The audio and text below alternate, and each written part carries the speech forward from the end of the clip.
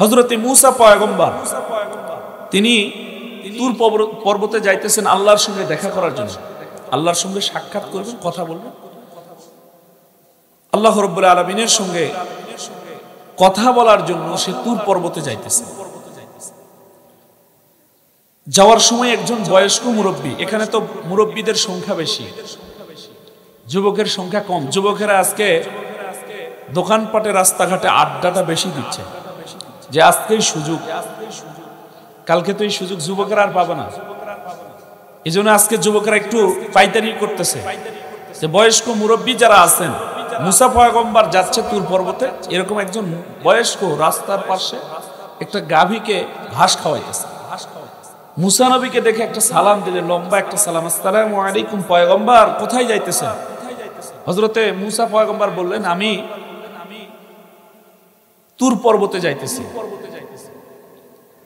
আল্লাহর বান্দা ডাক দিয়ে বললেন, পয়গম্বর আপনি তুর পর্বতে যাইতেছেন, আমার ছোট্ট একটা দরখাস্ত আছে। আল্লাহর কাছে যাই বলবেন যে আমার এই যে গাভীটা চড়াইতেছি, এই গাভীর দুধ একটু বেশি হচ্ছে, আল্লাহ যেন এই গাভীর দুধ একটু কমায় দেয়। পৃথিবীতে এখন পর্যন্ত, পৃথিবীর কথা বাদ দিলাম, আমাদের বাংলাদেশের কথাও বাদ, জয়পুরহাট, নওগাঁ এই অঞ্চলে কোনো মানুষ কি পাওয়া গেছে যে আমার সম্পদ একটু বেশি হয়েছে, আল্লাহ যেন কমায় দেয়, এরকম কোন লোক আছে? সবার চাহিদা কি? আমার একটা আছে, আমার যেন কয়টা হয়? দুইটা। আমার দুইটা আছে, আমার যেন তিনটা হয়। সবার চাহিদা ঊর্ধ্বে, নিচে কেউ নাই যে আমার আছে যা এর চাইতে যেন কমে যায়, এরকম কামনা কেউ আমরা করি? মূসা পয়গম্বরের যেমন মুরব্বী আল্লাহর বান্দা মূসা নবীর উম্মত বলতেছে, পয়গম্বর আমার ছোট্ট দরখাস্ত হলো, এই গাভীটা চড়াইতেছি, এই গাভীটার দুধ এত পরিমাণ বেশি হইতেছে, আল্লাহর কাছে দরখাস্ত দিয়ে গাভীর দুধ যেন কম হয়, এটা একটু বলবেন, কি করলে দুধটা কম হবে আল্লাহর কাছে বলে শুনে আসে আমাকে জানাবেন। পয়গম্বর বললেন ঠিক আছে। একটু যাওয়ার পরে আরেকজন যুবক আল্লাহর বান্দা, সে মূসা নবীকে দেখে লম্বা একখান সালাম দিয়েছে। তার পরনে কোনো পোশাক নাই, জীর্ণ শীর্ণ অবস্থা, লজ্জাস্থান কোনো মতন হাত দিয়ে ঢাকা। যুবক পয়গম্বরকে সালাম দিয়ে বলতেছে, পয়গম্বর আপনি কোথায় যাইতেছেন? পয়গম্বর বলতেছে যে আমি তুর পর্বতে যাইতেছি। হযরতে মূসা পয়গম্বর যখন বলছেন তুর পর্বতে যাইতেছি, যুবক বলতেছে যে পয়গম্বর আমার ছোট্ট একটা দরখাস্ত, আল্লাহ আমাকে জমিনে পাঠাইছে, আমাকে বাড়ি দেয় নাই, ঘর দেয় নাই, জায়গা দেয় নাই, জমি দেয় নাই, আমার এমনকি পরনের পোশাকটা পরবো এমন সম্পদও আল্লাহ আমাকে দেয় নাই। তা আল্লাহকে যাই বলবেন আমার সম্পদ যেন একটু কি করলে বেশি হবে, কোন কাজ করলে আমি দুনিয়াতে একটুখানি শান্তিতে থাকতে পারবো, একটু ধনী হব, এমন একটা আমলের খবর নিয়ে আসে আমাকে দিয়েন পয়গম্বর। মূসা নবী বললেন, যুবক ঠিক আছে। হযরতে মূসা কালিমুল্লাহ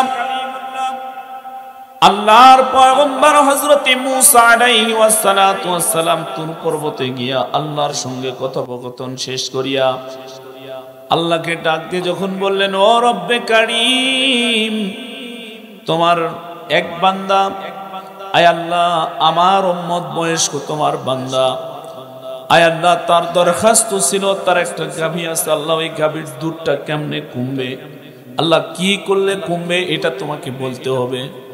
ও রব্বে কারীম আরেক যুবকের একটা দরখাস্ত ছিল, আল্লাহ ওই যুবকের একেবারে ধন সম্পদ টাকা পয়সা কোনো কিছু নাই, এমনকি তার পরনের পোশাকটা পর্যন্ত নাই, আল্লাহ কোন কাজ করলে সে ধনী হবে, আল্লাহ তুমি সেটা বলে দিও।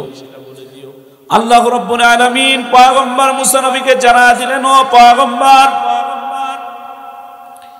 আপনি যার পোশাক নাই, টাকা নাই, পয়সা নাই, ধন নাই, সম্পদ নাই, যার কোনো কিছুই নাই, তাকে যাই আপনি জানায়া দিবেন আমি আল্লাহ রাব্বুল আলামিনের শুকরিয়া বেশি বেশি আদায় করবে, আমি আল্লাহ তার সম্পদকে বাড়ায়া দিব, তার ধন সম্পদ টাকা পয়সা সব কিছু আমি আল্লাহ দিয়ে দিব। আর যে আমার বান্দা তোমার উম্মত যে বলেছে গাভীর দুধটা যেন কমে যায়, তাকে যায় জানায় দিবেন, ও পয়গম্বর তাকে বলবেন সে যেন আমার শুকরিয়া কমিয়ে দেয়, আমি আল্লাহ তার গাভীর দুধও কমায়া দিব। যুবকের সঙ্গে দেখা হয়েছে, যুবক আবার সালাম দিয়েছে। সঙ্গে সঙ্গে যুবক ডাক দিয়ে বলতেছে, পয়গম্বর খবর কি, আমার কি সম্পদ বাড়বে? হযরতে মূসা নবী, আল্লাহর নবী পয়গম্বর ডাক দিয়ে বলেন, যুবক রে, তুমি শুকরিয়া আদায় করলে তোমাকে আল্লাহর সম্পদের ব্যবস্থা করে দিবে। যুবক বড় বড় চোখ বের করে রেগে মেগে বলতেছে, পয়গম্বর আমার তো কিছুই নাই, আমি কি নিয়ে শুকরিয়া আদায় করব? আমার না আছে বাড়ি নাই, গাড়ি নাই, ঘর নাই, জায়গা নাই, জমি নাই, পোশাক নাই, আমার কিছুই নাই, আমি শুকরিয়া আদায় করব কি নিয়ে? শুকরিয়া আদায় করব? মূসা নবী একটু রাগী মানুষ। হযরতে মূসা পয়গম্বর এবার চোখগুলা বড় বড় করে মূসা নবী বলতেছে, রাগ যদি করতে হয় আল্লাহর কাছে কর। তুই আমারে বলছিলি, আমি আল্লাহকে বলছি, আল্লাহ বলছে তোরে খবর দিছি, তা আমাকে রাগ দেখাচ্ছিস? পয়গম্বর মূসা যখন বলছে, তখন যুবক এবার সে চলে যাইতেছে। মূসা নবী আস্তে আস্তে এবার কার সঙ্গে দেখা? বয়স্ক ওই মুরব্বী আল্লাহর বান্দা মূসা নবীর উম্মতের সঙ্গে দেখা। এবার হযরতে মূসা পয়গম্বর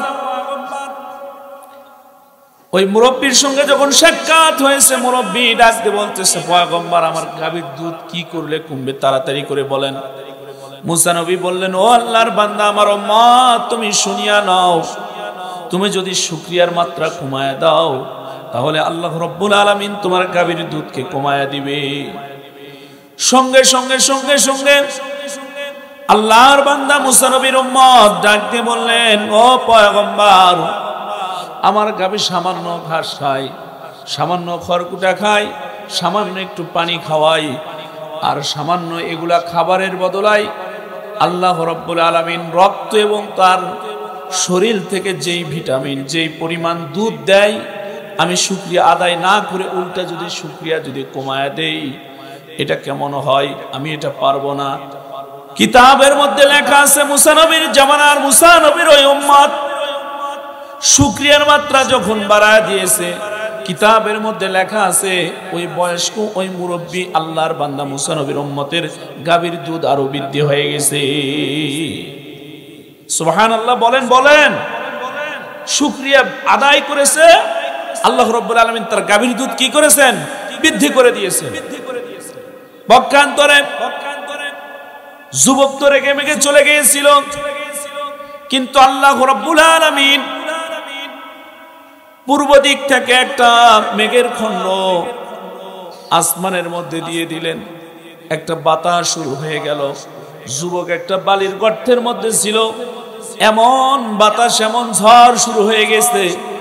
যুবক যেই বালির গর্তের মধ্যে ছিল, যার পোশাক ছিল না, বাড়ি ছিল না, ঘর ছিল না, জায়গা জমি ছিল না, হঠাৎ করে এত বাতাস শুরু হয়ে গেছে, যুবককে একটা বাতাস এসিয়া যুবককে একেবারে বালির গর্তের মধ্যে থাকা অবস্থায় বালি যা ছিল সব উড়ে চলে গেছে। যুবককে বাতাসে একেবারে চার মাথার মোড়ে, মানুষ যেখানে লোকালয় সেখানে নিয়ে যায়, যুবককে বাতাস ফেলাইয়া দিয়েছে। যুবক বলতেছে, হায় হায়, আগেই তো ভালো ছিলাম, অন্তত বালির গর্তের মধ্যে ছিলাম, আমার বালির গর্তটা উড়ে গেল। যুবক নিচের দিকে তাকায় দেখতেছে, সব দেখা যাইতেছে। যুবক চিন্তা করলো, হায় হায়, আগেই তো ভালো ছিলাম। এই বলিয়া যুবক একটা আল্লাহর কুদরতি কদমে সেজদা দিয়া আল্লাহকে ডাকতে বলতেছে, ও রব্বে কারীম, ও আল্লাহ, আল্লাহ গো, তোমার নিয়ামতের আয় আল্লাহ কদর আমি এই মুহূর্তে বুঝতে পারলাম। আল্লাহ, আগে অন্তত আমার বাড়ি ছিল না, জায়গা ছিল না, আমার পোশাক ছিল না, আমার খাবারের কোনো ব্যবস্থা ছিল না। হায় আল্লাহ, অন্তত একটা বালির গর্তের মধ্যে লজ্জাস্থানটা অন্তত ঢেকে রাখতাম। আল্লাহ, বালিও উড়ে গেল, আমাকে মানুষের সামনে আয় আল্লাহ ন্যাংটা ঘুরিয়া আয় আল্লাহ বাতাস নিয়ে এসে ফেলে দিয়েছে। আল্লাহ, আগে যা ছিলাম ওটাই অন্তত ভালো ছিল। আল্লাহ, আলহামদুলিল্লাহ। যুবক পড়েছে, সঙ্গে সঙ্গে আল্লাহ ডাকতে কয়, পয়গম্বর, আমার বান্দা নিয়ামত সম্পর্কে বুঝতে পেরেছে। ও পয়গম্বর, এখন আমি আল্লাহ রাব্বুল আলামিনের শুকরিয়া আদায় করেছে, আমি আল্লাহ তার নিয়ামতকে বাড়ায়া দিব। সুবহানাল্লাহ। এজন্য ভাইরা আমার, আপনি আমি যেই হালতে আসি না কেন, যে অবস্থাতেই আসি না কেন, আপনি আমি শুকরিয়া অন্তত আদায় করব। আল্লাহর শুকরিয়া আমরা সর্ব অবস্থায় আদায় করতে রাজি আছি তো ইনশাআল্লাহ। সম্মানিত ভাইরা আমার, এই দুনিয়াতে আপনি আমি আজকে আসি, একদিন কিন্তু ছিলাম না। এক সময় আমরা কেউ এখানে দুনিয়াতে ছিলাম, কেউ ছিলাম না, বর্তমানে আছি। আবারও একদিন আপনি আমি কি করব? থাকবো, সারা জিন্দেগি বেঁচে থাকবো? কেউ বেঁচে থাকবো। এই দুনিয়াতে আপনি আমি অনেকগুলো পথ, অনেকগুলো মত, অনেক রাস্তা, অনেক কিছু আছে। যেদিকে মন চাই সেদিকে আমি চলতে পারবো। আমার মন চাইতেছে আমি তাবলিগে যাব, তাবলিগের রাস্তায় যাব, তাবলিগের রাস্তায় যাইতে পারবো। গাড়ি নিয়ে মসজিদে আল্লাহর রাস্তায় সময় দিতে পারবো। এই দুনিয়াতে আমাকে কেউ বাধা দিতে পারবে? আবার মনে করেন যে এই দুনিয়ায় আমি এমন একটা রাস্তায় যাব, অল জিহাদু ফি সাবিলিল্লাহ, আল্লাহর রাস্তায় সংগ্রামের জন্য আমি বের হয়ে যাব। যাইতে পারবো তো? কেউ তো আমাকে বাধা দিতে পারবে না। আবার মনে করেন শয়তানের রাস্তা যেটা, সেই রাস্তাও যদি চলি, আমাকে কেউ বাধা দিবে? এই দুনিয়াতে কেউ বাধা দিবে না। এই জন্য আমি বলি, এই দুনিয়াতে চলতে গেলে আল্লাহ রাব্বুল আলামিন ছোট্ট একটা নয়, বড় একটা নিয়ামত আপনাকে আমাকে বিবেক নামক একটা আদালত দান করেছেন। এই বিবেক দিয়ে দুনিয়াতে আপনি চাইলে ভালো রাস্তায় চলতে পারেন, আপনাকে কেউ নিষেধ করবে না। আবার যদি আপনি চান খারাপ রাস্তায় চলবেন, আপনাকে কেউ নিষেধ করবে না। আপনি যদি মনে করেন আমি মন্দ রাস্তায় চলবো, আপনাকে কেউ বাধা দুনিয়াতে দিবে না। কিন্তু বন্ধুরা আমার, ভাইয়েরা আমার, এই ক্ষণস্থায়ী জিন্দেগি একদিন কিন্তু শেষ হবে। আপনার আমার নিঃশ্বাসের কোনো কিন্তু কি নাই, বিশ্বাস। আজ আসি তো কালকে নাই, আজ আসি তো কালকে নাই, নিঃশ্বাসের কোনোই বিশ্বাস নাই। দমে দমে দম ফুরাইল, দমে দমে দম ফুরাইল, সেদিকে কোনোই ভাবনা নাই। আজ আসি তো কালকে নাই, নিঃশ্বাসের কোনোই বিশ্বাস নাই। নিঃশ্বাসের কোনো বিশ্বাস আছে? কোনো বিশ্বাস নাই। মালাকুল মউত যদি এই মুহূর্তে আসে, আমার এই পকেটের টাকা, এই পকেটের টাকা, ডানের টাকা, বামের টাকা, অনেক সম্পদ, অনেক কিছু আমার আছে, যদি মনে করি মালাকুল মউত তোমাকে অনেকগুলো টাকা দেব, ঘুষ, এটা নিয়ে তুমি চলে যাও, মালাকুল মউত কি শুনবে? মৃত্যু আপনার আমার একদিন, মৃত্যু মোদের হবেই হবে, হবে রে একদিন। মালাকুল মউত আজরাইল মোদের সামনে হাজির হবে একদিন। শুনবে না রে কোনোই কথা, মানবে না রে বাধা, নিবে না রে কোনোই ঘুষ, তোমার আমার জান কবজ করিয়া করিবে যে ঠুস। ভাইরা আমার, বন্ধুরা আমার, এই দুনিয়া ছেড়ে একদিন চলে যাব আপনি আমি। দুনিয়াতে ছিলাম না, বর্তমানে আছি, একদিন আবার থাকবো না। আপনি আমি মারা যাব, পরকালে হিসাব নিকাশ আপনার আমার হবে। এই দুনিয়াতে অনেক রাস্তা, অনেক পথ, অনেক মত আছে, কিন্তু আপনি আমি মারা যাওয়ার পরে মাত্র রাস্তা হবে দুইটা।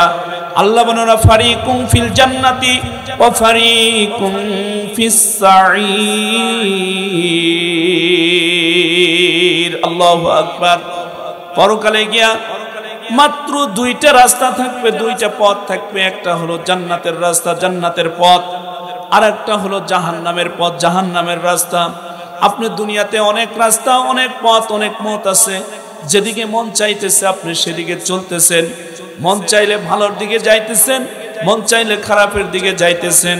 ও বন্ধু, মরার পরে অনেক রাস্তা পাইবেন না, অনেক পথ পাইবেন না, শুধুমাত্র রাস্তা থাকবে আপনার জন্য দুইটা।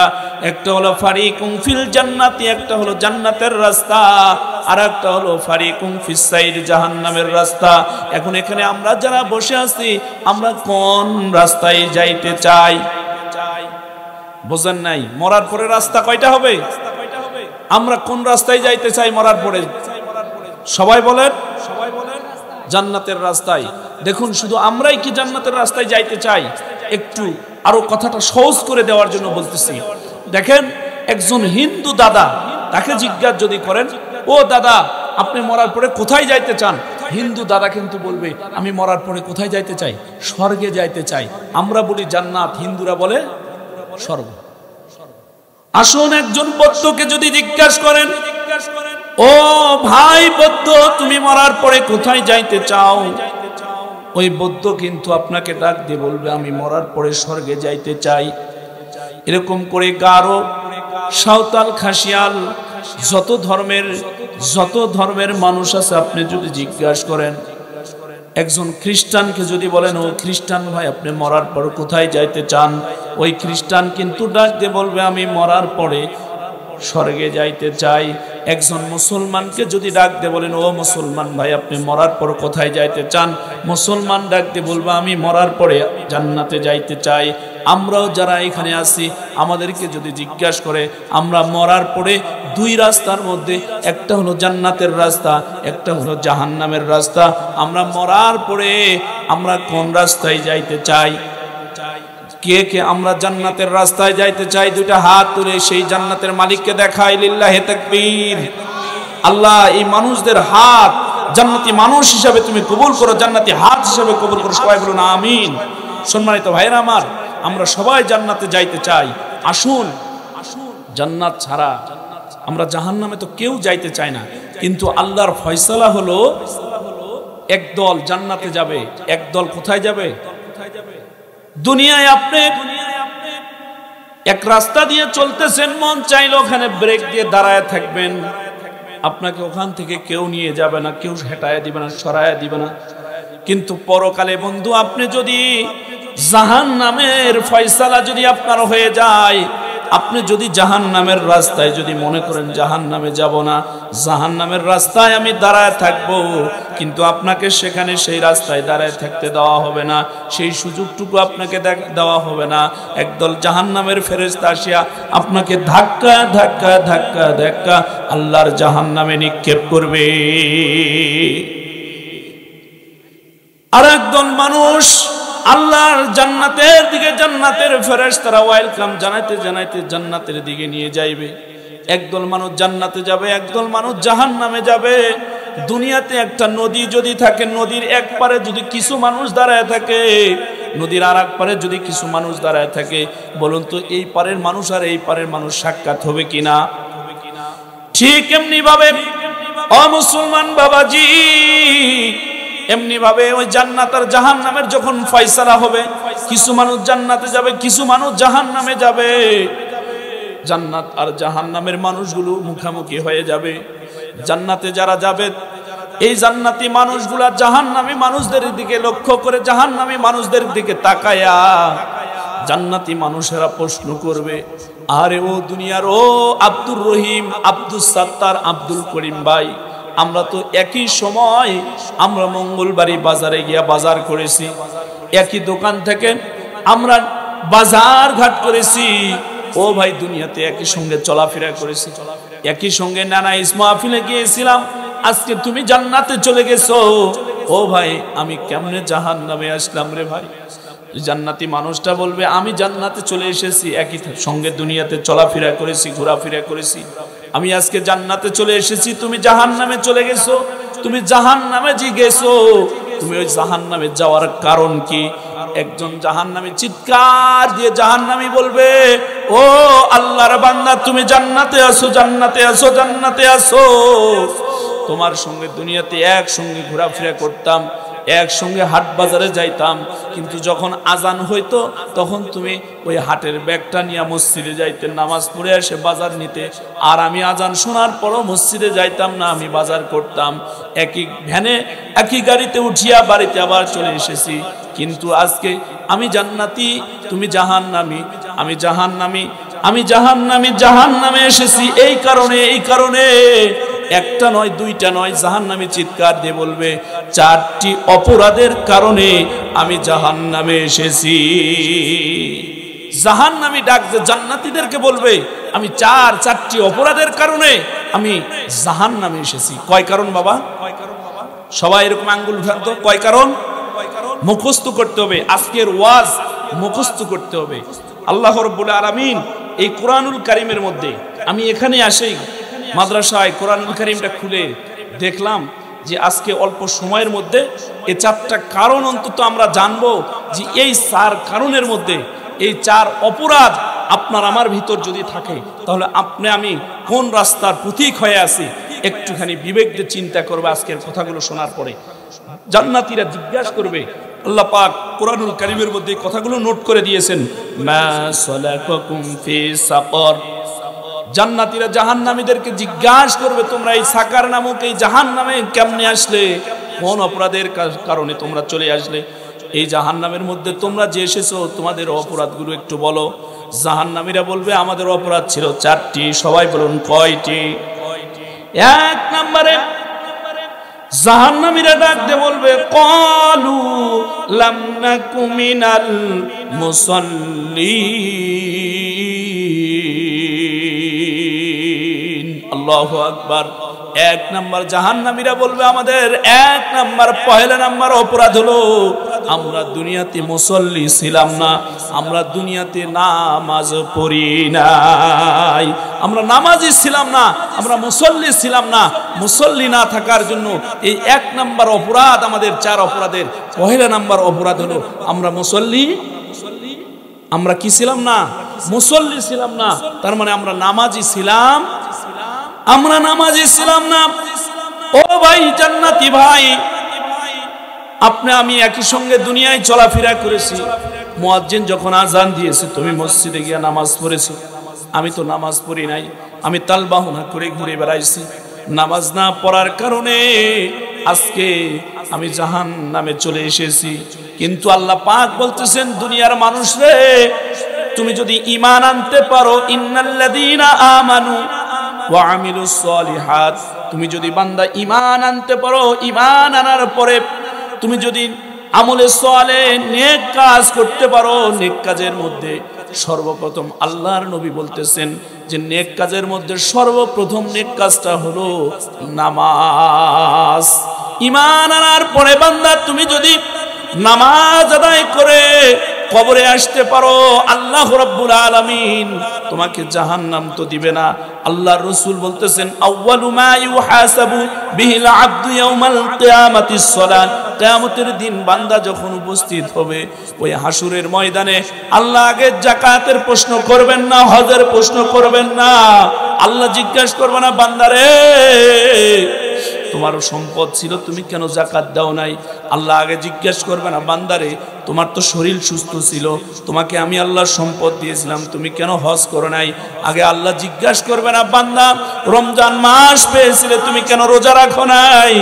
আল্লাহ এগুলো আগে জিজ্ঞাসা করবে না। আল্লাহ রাব্বুল আলামিন, আল্লাহর রাসূল বলতেছেন আগে জিজ্ঞাসা করবেন, আউয়ালু মা ইউহাসাবু বিহিল আবদু ইয়াউমাল কিয়ামাতিস সালাহ। কিয়ামতের দিন সর্বপ্রথম আল্লাহ রাব্বুল আলামিন নামাজের হিসাব নেবেন, নামাজের কথা আগে জিজ্ঞাসা করবে, আগে নামাজের কথা জিজ্ঞাসা করবে। ও ভাই, এরকম যদি 1000টা ওয়াজ মাহফিল একত্রিত করেন, আর আজকের যদি ফজরের নামাজ যদি না হয়, 1000 মাহফিল একত্রিত করে এক পাল্লায় দিলে ফজরের 2 রাকাত নামাজ না, 1 রাকাত নামাজের সমান হবে না। এজন্য জাহান্নামীরা ডাকতে বলবে আমাদের 1 নম্বর অপরাধ হলো আমরা কি ছিলাম না? মুসল্লি ছিলাম না, আমরা নামাজ পড়তাম না। আজকে আমরা যারা এখানে আছি, আমরা যদি নামাজি না হই তাহলে আমাদের ঠিকানাও কোথায় হবে? এখন অনেক ব্যক্তি আছে যে হুজুর নামাজ পড়ে আর কি করব, আমার ঈমান মজবুত আছে, এরকম পাবলিক আছে না? এ কথা বলেন না কেন? এরকম পাবলিক আছে তো, যে নামাজ পড়ে কি করব, আমার ঈমান তো মজবুত আছে হুজুর।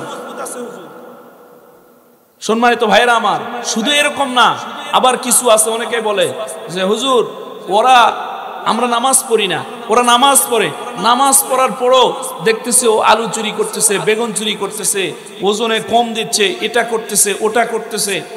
হুজুর যত সমস্যা দেখেন, ওই যে নামাজ পড়ে সলিমুল্লাহ, ওরই সব সমস্যা ও ধরে দিচ্ছে বেনামাজ। এরকম আছে না ভাইরা আমার, বন্ধুরা আমার? আসলে নামাজ আপনি পড়েন, দেখবেন যে নামাজ আপনাকে সমস্ত অপকর্ম কুকর্ম থেকে আল্লাহ তাআলার ওয়ারেন্টি আর গ্যারান্টি হলো আপনাকে হেফাজত করবে। সুবহানাল্লাহ বলেন। আল্লাহ রাব্বুল আলামিন নিজে কোরআনুল কারীমের মধ্যে বলতেছেন, দুনিয়ার মানুষ, এই নামাজ একমাত্র নামাজ তোমাকে ফাহেশা থেকে, কুকর্ম থেকে, খারাপ কাজ থেকে তোমাকে হেফাজত করবে। নবীজির কাছে এসে একজন সাহাবী বললেন, ইয়া রাসূলুল্লাহ, ইয়া হাবিবাল্লাহ, আমার বড় বড় 3টা অপরাধ আছে। নবী গো, ইয়া রাসূলুল্লাহ, ইয়া হাবিবাল্লাহ, আমি তো চুরি করি। ইয়া রাসূলুল্লাহ, আমি মিথ্যা কথা বলি। ইয়া রাসূলুল্লাহ, আমার জিনা করার অভ্যাস আছে। ইয়া রাসূলুল্লাহ, আমি আল্লাহর জান্নাতে যাইতে চাই। নবীজি তাকে বললেন, সাহাবী, তুমি চিন্তা করিও না, তুমি কোনো চিন্তা করিও না, তুমি নামাজ পড়বা আর মিথ্যাটা ছেড়ে দিবা। সুবহানাল্লাহ বলেন। নামাজ পড়বা আর মিথ্যাটা ছেড়ে দিবা। নামাজের যখনই সময় হবে তখনই তুমি নামাজ আদায় করবা আর মিথ্যাটা ছেড়ে দিবা, আল্লাহ তোমাকে জান্নাত দিয়ে দিবে। শর্ট একটা আমল দিছে না? আপনি আমিও যদি এটা করতে পারি, মিথ্যা ছেড়ে দিব, মিথ্যা ছেড়ে দিব। কিন্তু মিথ্যা ছেড়ে দিতে চাই, মোবাইল এমন একটা মোবাইল, যার কাছে মোবাইল আছে 99% আমি মনে করি মোবাইল ধরে যদি বলে মঙ্গলবারই আছে, ফোন যদি দেন বলবে যে আমি জয়পুরহাট আছি। বলে না বাবা? এই মোবাইল আসে, এখন এমন অবস্থা হয়েছে যে মিথ্যা যদি ওই মানুষটা দিনে বলতো 80টা, এখন বলে 90টা। সবাই না, 99% আমি বলেছি। এজন্য আমি বলি, মোবাইল ফোন আসিল কি দোলা লাগিল, ফজরের ঘুম তো পোলার ভাঙ্গে না। মোবাইল ফোন আসিল কি দোলা লাগিল, ফজরের ঘুম তো মেয়ের ভাঙ্গে না। পেটে ভাত যাই থাক, পরনে নাই থাক, মোবাইল সারা যে পোলার চলে না। মোবাইল ফোন আসিল কি দোলা লাগিল, ফজরের ঘুম তো পোলার ভাঙ্গে না। আমরা ইনশাআল্লাহ ফজরের নামাজ পড়ব তো, নিজেরা পড়ব। কু আনফুসাকুম ওয়া আহলিকুম নার, নিজেরা জাহান্নামের আগুন থেকে বাঁচবো, নিজের আহাল পরিবার যারা আছে তাদেরকেও জাহান্নামের আগুন থেকে বাঁচার জন্য সবাইকে নামাজের দাওয়াত দিয়ে মসজিদমুখী করব। আল্লাহ সবাইকে এতটুকু কথা বুঝে এই যে ফজর থেকে মসজিদমুখী সবাইকে করুক। সবাই বলুন আমিন। যদি আমরা ফজর থেকে নামাজিওয়ালা হয়ে যাই, আজকের এই আয়োজন সার্থক, আজকের কর্তৃপক্ষ সার্থক। এই ওসিলায় আল্লাহ দেখবেন সবাইকে মাফ করে জান্নাতের মেহমান হিসেবে করবেন। এজন্য আমরা নামাজ পড়বো তো ইনশাআল্লাহ। জাহান্নামীরা 1 নাম্বার বলবে, আমাদের 1 নাম্বার অপরাধ কি? আমরা কি ছিলাম না মুসল্লি? আমরা মুসল্লি হব তো ইনশাআল্লাহ। ভাইরা আমার, এবার 2 নাম্বার, এবার জাহান্নামীরা বলবে, ও জান্নাতীরা, আমাদের 2 নাম্বার যে অপরাধ ছিল, 2 নাম্বার অপরাধ হলো ওয়ালাম নাকুনু তুইমুল মিসকিন। আমাদের 2 নাম্বার অপরাধ হলো আমরা মিসকিনদেরকে খাবার দিতাম না। দুনিয়াতে হুজুররা বলতো মিসকিনদেরকে খাবার দাও, অভাবী মানুষকে খাদ্য দাও, যারা অভাবগ্রস্ত তাদেরকে খাবার দান করো। আমরা নিজেরা খাবার তাদেরকে দান করতাম না। কিন্তু মুসলমান লক্ষ লক্ষ টাকা অবৈধ পথে নষ্ট করতেছে। ও বিড়ি খাইতেছে, সিগারেট খাইতেছে, গাঞ্জা খাইতেছে, গাঞ্জা ছাড়িয়া আবার ফিনচিডেল খাইতেছে, ফিনচিডেল ছাড়িয়া আবার ইয়াবা খাইতেছে, ইয়াবা বাদ দিয়ে আবার আফিম খাইতেছে, আফিম বাদ দিয়ে আবার কোকিং খাইতেছে। ও হাজার হাজার লক্ষ লক্ষ টাকা নষ্ট করতেছে, কিন্তু অভাবী গরিব মানুষকে সে দিচ্ছে না। জাহান্নামীরা ডাক দিয়ে বলবে, আমরা দুনিয়াতে অভাবগ্রস্ত যারা ছিল, যারা অভাবগ্রস্ত ছিল তাদেরকে আমরা দান করতাম না। আল্লাহ রাব্বুল আলামিন বলো, দুনিয়ার মানুষ রে, কোন সাইলকারী যখন হাতটা পাতায় দেয়, ওই সাইলকারীর হাতের মধ্যে যখন তুমি কোনো কিছু দাও, আমি রব্বুল আলামিন, আমি আল্লাহ তখন ওই সাইলকারীর হাতের উপরে আমার কুদরতি হাতখানা রেখে দে।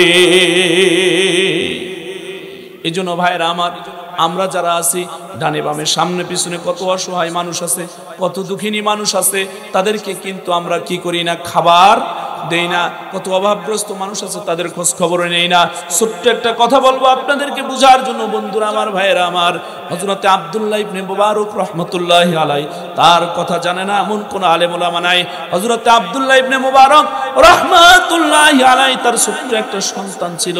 হযরতে আব্দুল্লাহ ইবনে মুবারক যে নফল হজে যাইবেন, যাওয়ার জন্য কিছু টাকা পয়সা একত্রিত করেছেন, তার বিবির সামনে বসিয়া সে গুনতেছে, টাকাগুলো একত্রিত করিয়া বিবির সামনে গুনতেছে, নফল হজে যাইবে। আমার মুসলমান ভাইরা আমার, বন্ধুরা আমার, এই টাকাগুলা গোনার সময় তার ছোট্ট সন্তানটা কান্না করতে করতে করতে করতে বাড়িতে প্রবেশ করলো।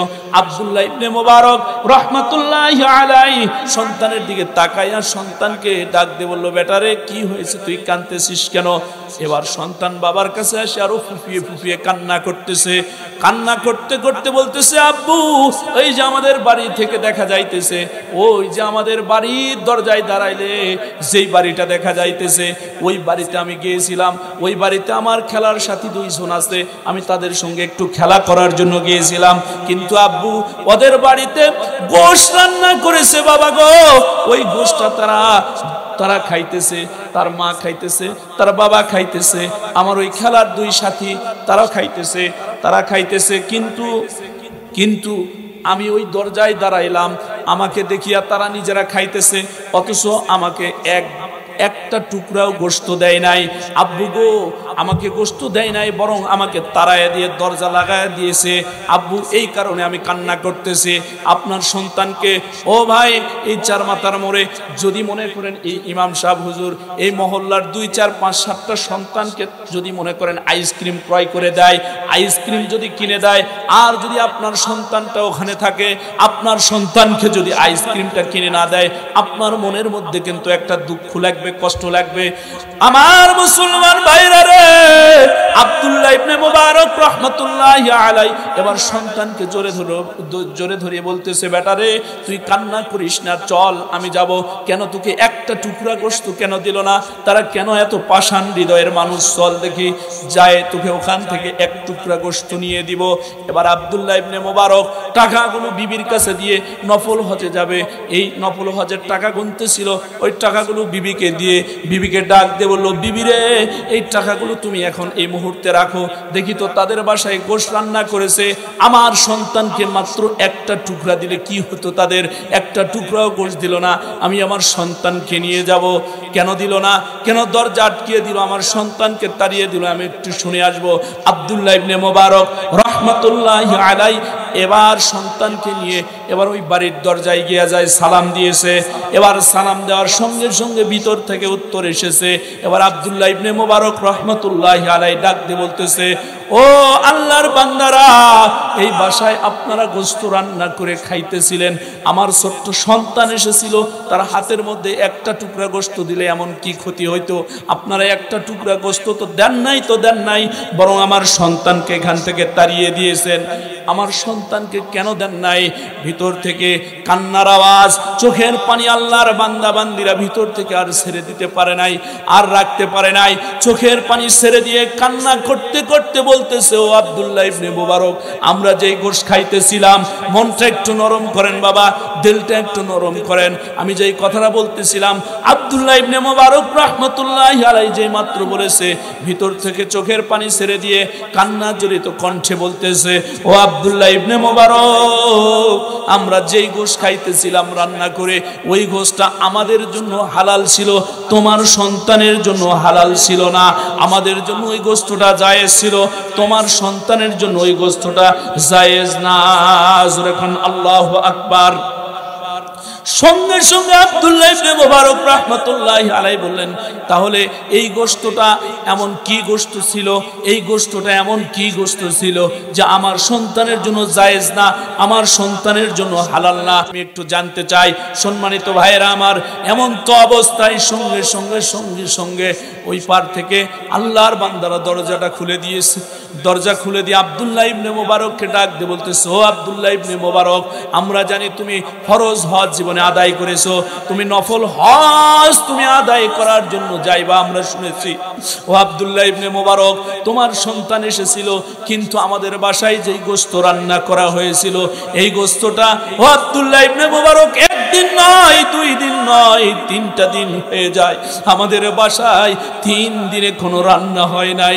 3টা দিন হয়ে গেছে, আমাদের সন্তানেরা অনাহারে ছিল, সন্তানেরা বারবার ডাক দিয়েছিল, সন্তানেরা বারবার বলতেছিল, আব্বু কোথায়, আব্বু খাবার, খাবার তুলে দাও না আমাদের মুখের মধ্যে। খাবার যখন সন্তানেরা বারবার চাইতেছিল, এমন তো অবস্থায় আমরা চিন্তা করলাম কার কাছে যায় সওয়াল করব, কার কাছে যায় চাইবো। আমরা লজ্জা শরমে কারো কাছে যায় সওয়াল করি নাই, কারো কাছে আমরা চাইতে পারি নাই। আমি ফজরের নামাজের পর সকাল বেলা কুয়াশা কুয়াশা ভাব, এমন তো অবস্থায় বাড়ি থেকে ঘর থেকে বের হয়ে যায় দেখি আমাদের 3 মাথার মোড়ের পাশে একটা মরা গরু পড়েছিল। আমি ডানে বামে তাকায় দেখি কোনো মানুষ নাই, কোনো মানুষ নাই। আমি বাড়িতে দৌড় দিয়ে বাড়িতে আসলাম। আমার বাড়িতে আসিয়া একখানা ছুরি নিয়া, একটা ব্যাগ নিয়ে আমি ওখানে গিয়া ওই মরা গরুর গোশত কিছু কেটে এনে আমার বিবিকে দিয়ে বললাম, বিবি রে, 3টা দিন হয়ে গেছে সন্তানদের মুখের মধ্যে কোনো খাবার দিতে পারি নাই। বিবি রে, 3টা দিন হয়ে গেছে কোনো খাবার দিতে পারি নাই রে বিবি।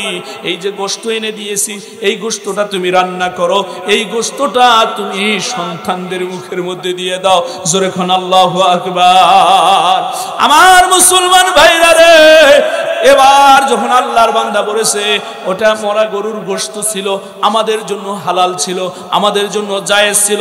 ও আব্দুল্লাহ ইবনে মুবারক, তোমার জন্য এটা জায়েজ না, তোমার জন্য এটা হালাল না, তোমার সন্তানের জন্য এটা হালাল না, তোমার সন্তানের জন্য এটা জায়েজ না, তোমার সন্তানের জন্য এটা না জায়েজ। এই জন্য আমরা তোমার সন্তানকে দিতে পারি নাই, তোমার সন্তানকে তাড়িয়ে দিয়েছি। আব্দুল্লাহ ইবনে মুবারক রাহমাতুল্লাহি আলাইহি একটা মুহূর্ত আর দেরি করেন নাই, সঙ্গে সঙ্গে চোখের মধ্যে পানি নিয়া আব্দুল্লাহ ইবনে মুবারক এক দৌড় দিয়া বাড়িতে গিয়া বিবিকে ডাক দিয়ে বলতেছে, বিবি, ও বিবি, আমি নফল হজে যাওয়ার জন্য যেই অর্থ, যেই টাকা পয়সা তোমার কাছে এই মুহূর্তে রেখে গেলাম, ওই টাকাগুলো তাড়াতাড়ি করে আমার হাতের মধ্যে দিয়ে দাও। আব্দুল্লাহ ইবনে মুবারকের স্ত্রী তাড়াতাড়ি করিয়া ওই টাকাগুলো তাড়াতাড়ি করিয়া দিয়ে দিয়েছে। আব্দুল্লাহ ইবনে মুবারক রাহমাতুল্লাহি আলাইহি সঙ্গে সঙ্গে হাতের মধ্যে নফল হজে যাওয়ার জন্য যেই টাকাগুলো রেখে দিয়েছিল, বিবির কাছ থেকে টাকাগুলো এনে এবার ওই বাড়ির সামনে আসিয়া ডাক দিয়ে বলতেছে, আমি এতদিন জানতাম না 3টা দিন পর্যন্ত তোমরা অনাহারে ছিলে। আমি আব্দুল্লাহ ইবনে মুবারক জীবনে ফরজ হজ আমি একবার করেছি, নফল হজে যাওয়ার জন্য এই টাকাগুলো একত্রিত করেছিলাম। আমি নফল হজে আর যাব না, সব টাকা তোমাদেরকে আমি দিয়ে দিলাম। আল্লাহু আকবার। ভাইরা আমার, বন্ধুরা আমার, ভাইরা আমার, বন্ধুরা আমার, এজন্য জাহান্নামীরা ডাক দিয়ে বলবে, আমরা দুনিয়াতে অভাবগ্রস্ত যারা ছিল, মিসকিন যারা ছিল, তাদেরকে আমরা খাবার দিতাম না। 2 নম্বরে অপরাধে আমরা জাহান্নামে এসেছি। আমরা যারা এখানে আছি, এখন এই মুহূর্তে আমরা যারা এখানে বসে আছি, আমরা যদিও কিছু ব্যক্তি আছে যে আমরা যদিও দিতে চাই, পিছন থেকে একটু পাঞ্জাবিটা টেনে ধরে বিবিরা, আমি একটু ওই মাদ্রাসায় একটু দান করব, আমি একটু মসজিদে দান করব, আমি একটু ঈদগাহ মাঠে দান করব, কিন্তু পিছন থেকে বিবি একটু কলকবজা টাইট দেয় যে, ও আব্দুর রহিমের বাবা, তুমি ওখানে অত দান করে করবে কি, ওঠে বড় বড় লোকেরা আছে, ওরা দিলেই ঈদগাহ মাঠ হয়ে যাবে। এরকম লোক আছে না নাই? হয়তো আপনাদের এই এলাকায় নাই বন্ধু, আমাদের এলাকায় আছে। মাদ্রাসায় দেওয়ার সময়, মসজিদে দেওয়ার সময়, দান করার সময় দেখবেন বিবি একটু পিছন থাকে, একটু নাট বল্টু টাইট দেয়, যে মসজিদে যাবে যাও, পকেটটা চেক করে ছাড়া দেয়, 5 টাকার উপর যেন না যায়, কারণ মসজিদে ঠাস করে যেন শব্দ হয়, ঠক করে যেন কোটাতে একটা শব্দ হয়, কারণ পকেট চেক করে আগে সার্চ করে সব নিয়ে নিচ্ছে। এরকম আছে না? মা বোন যারা আছে এখানে, দানের বেলায় স্বামী দান যদি করতে চায়, দানের বেলায় আরো উৎসাহিত করবেন। আপনার যদিও কোনো অর্থ নাই, মোহরানার হয়তো তবিল নাই, কিন্তু আপনি যদি স্বামীকে উৎসাহিত করে যদি দান করার মতো স্বামীকে আরো মনোবল সৃষ্টি করে দেন, স্বামী দান করবে, স্বামী দান করে যে সওয়াব পাবে, আপনি ঘরে বসে থেকে ওই সওয়াবের ভাগীদার হবেন। সুবহানাল্লাহ। এই জন্য ভাইরা আমার, স্ত্রী একজন এরকম ব্যক্তি ছিল, এরকম ঝামেলা হইতো, তো উনি বিয়ে করতে করতে একটা, দুইটা, তিনটা, চারটা বন্ধু করে ফেলেছে। আর ইসলামে চারটা বন্ধু স্ত্রী রাখা জায়েজ আছে। কয়টা বন্ধু স্ত্রী রাখা জায়েজ আছে? মাসনা ও সুলাসা ও রুবা। একটাতে না হলে দুইটা করো, দুইটাতে না হলে তিনটা করো, তিনটাতে না হলে চারটা করো। একসঙ্গে চারটা স্ত্রী রাখা জায়েজ আছে। আমি 11টার মধ্যে আলোচনা শেষ করব ইনশাআল্লাহ। আর দুইটা জাহান্নামীরা 4 অপরাধের কারণে জাহান্নামে আছে, 2টা অপরাধ বলেছি, আর 2টা অপরাধ বলবো ইনশাআল্লাহ। এই ব্যক্তি 4 স্ত্রী নিয়ে একটু ঝামেলার মধ্যে আছে, যখন যেখানে ইচ্ছা মতো দান করতে চায়, 4 জন একজনের ঠেলায় তো সহ্য হয়, 4 জনের ঘুতাগতি, 4 জনের টানাটানি, ও দান করবে কোথায়? এখন চিন্তা ভাবনা করলো 4 স্ত্রী রাখা তো বড় দায়, কিন্তু এই স্ত্রীদেরকে বিদায় দিব, কৌশলে একটা বিদায় দেই। এমনিতে বিদায় দিলে তো যাবা চাবা না, এমন একটা কৌশল করে 4 জনকে ডাকছে, ডাকে বলতেছে, বিবি রে, প্রথম বিবিকে ডাকে বলতেছে, তোমাকে বড় মোহাব্বত করি, বলো ভালোবাসি, তোমাকে সর্বপ্রথম বিয়ে করে এনেছিলাম, বাবা মার পছন্দে তোমাকে এনেছিলাম। বিবি, আমি তো 4 জনকেই ডেকেছি, তবে সর্বপ্রথম তোমাকে একটা প্রশ্ন করব, যদি উত্তর দিতে সঠিক পারো তুমি থাকবে, আর না হলে তুমি কিন্তু ভাগবে। হয় থাকবে, না হলে ভাগবে। ভাইরা আমার, এই প্রথম স্ত্রীকে বলছে, দিন আর রাত মিলে ভাই নামাজ কয় ওয়াক্ত বলেন তো, সবাই বলেন তো। এ ভাই, যারা পড়ে না তারা একটু বলতেছে না, কিন্তু সবাই বলেন তো কয় ওয়াক্ত? 5 ওয়াক্ত। এই 5 ওয়াক্ত নামাজ, এই 5 ওয়াক্ত নামাজের মধ্যে ফরজ নামাজ কয় রাকাত? সবাই বলেন।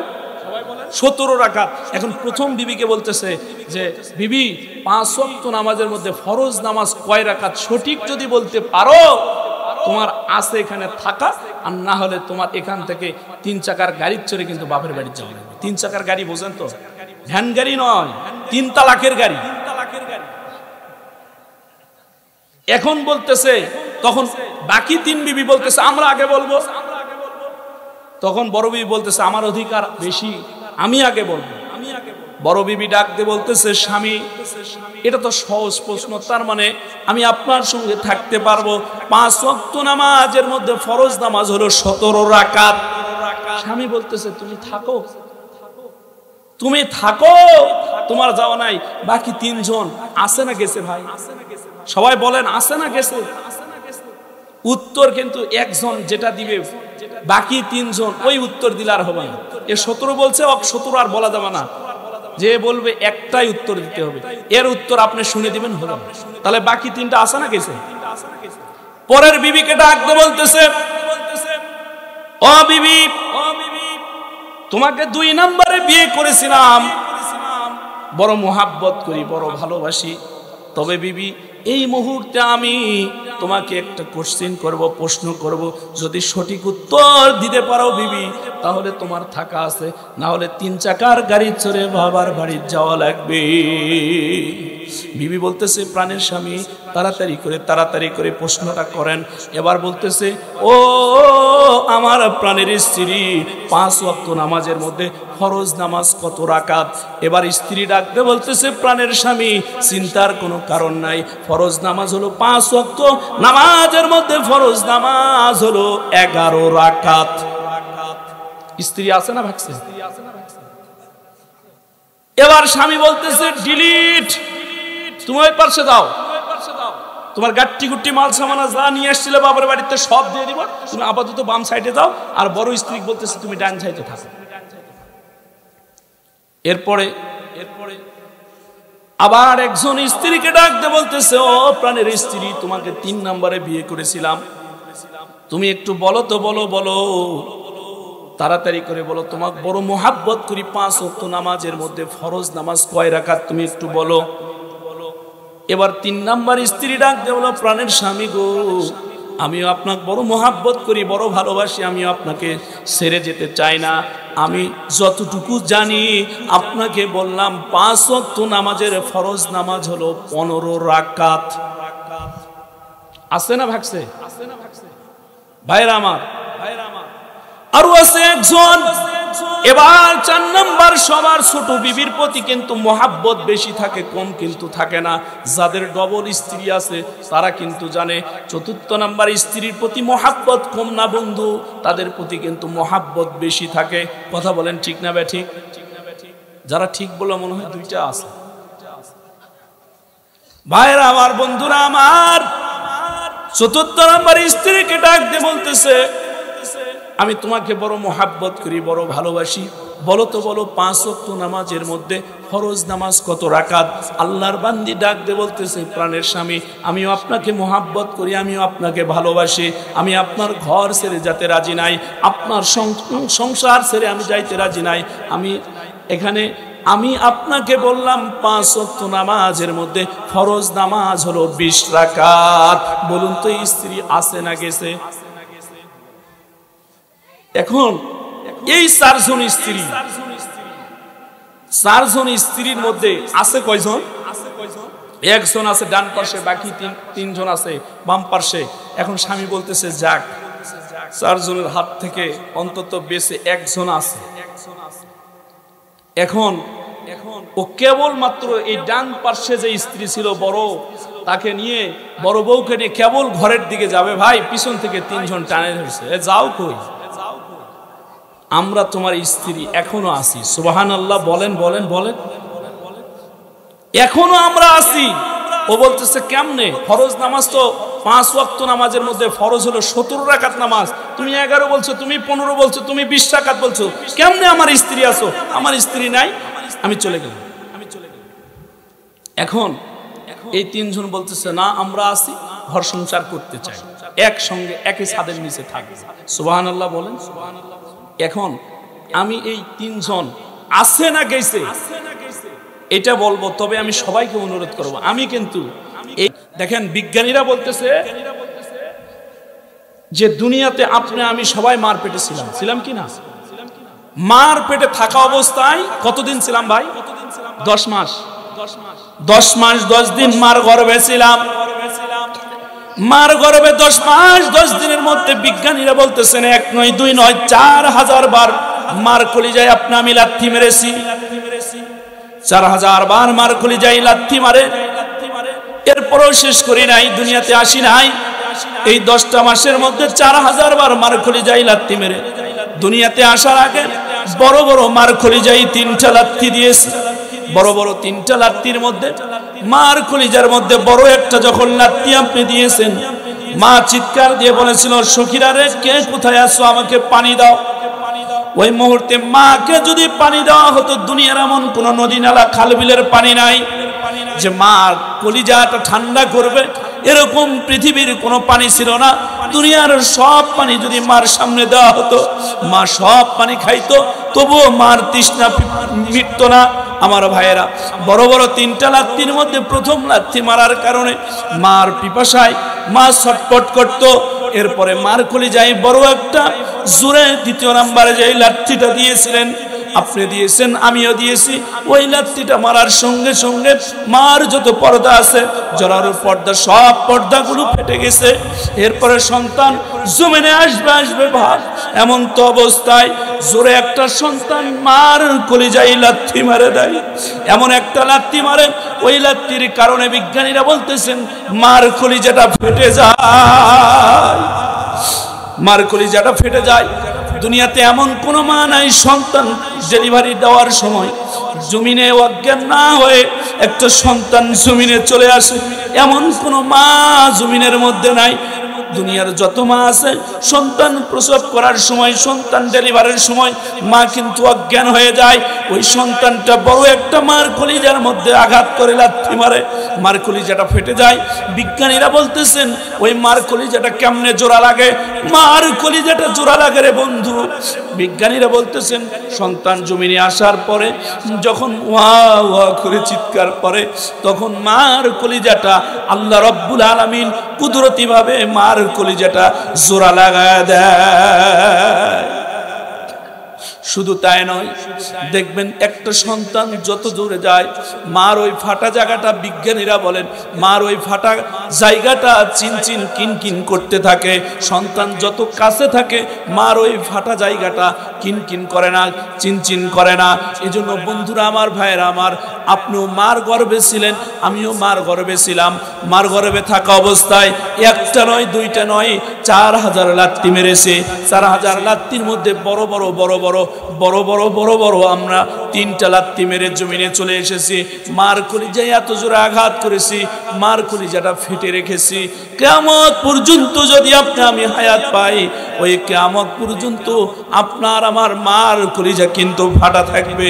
যাদের মা নাই, যাদের বাবা নাই, যাদের মা আছে কবরে শুয়ে, যাদের বাবা আছে কবরে শুয়ে, ও বন্ধু, দুনিয়াতে মার জন্য বাবার জন্য কিছু সামান্য কিছু দান করে যদি মার জন্য বাবার জন্য আল্লাহর কাছে মাপ চান, আল্লাহ রাব্বুল আলামিন আপনার মাকে, আপনার বাবাকে আল্লাহ চাহে তো সামান্য দানের ওসিলায় মাফ করে দিবে। এজন্য একজন আমরা থাকি।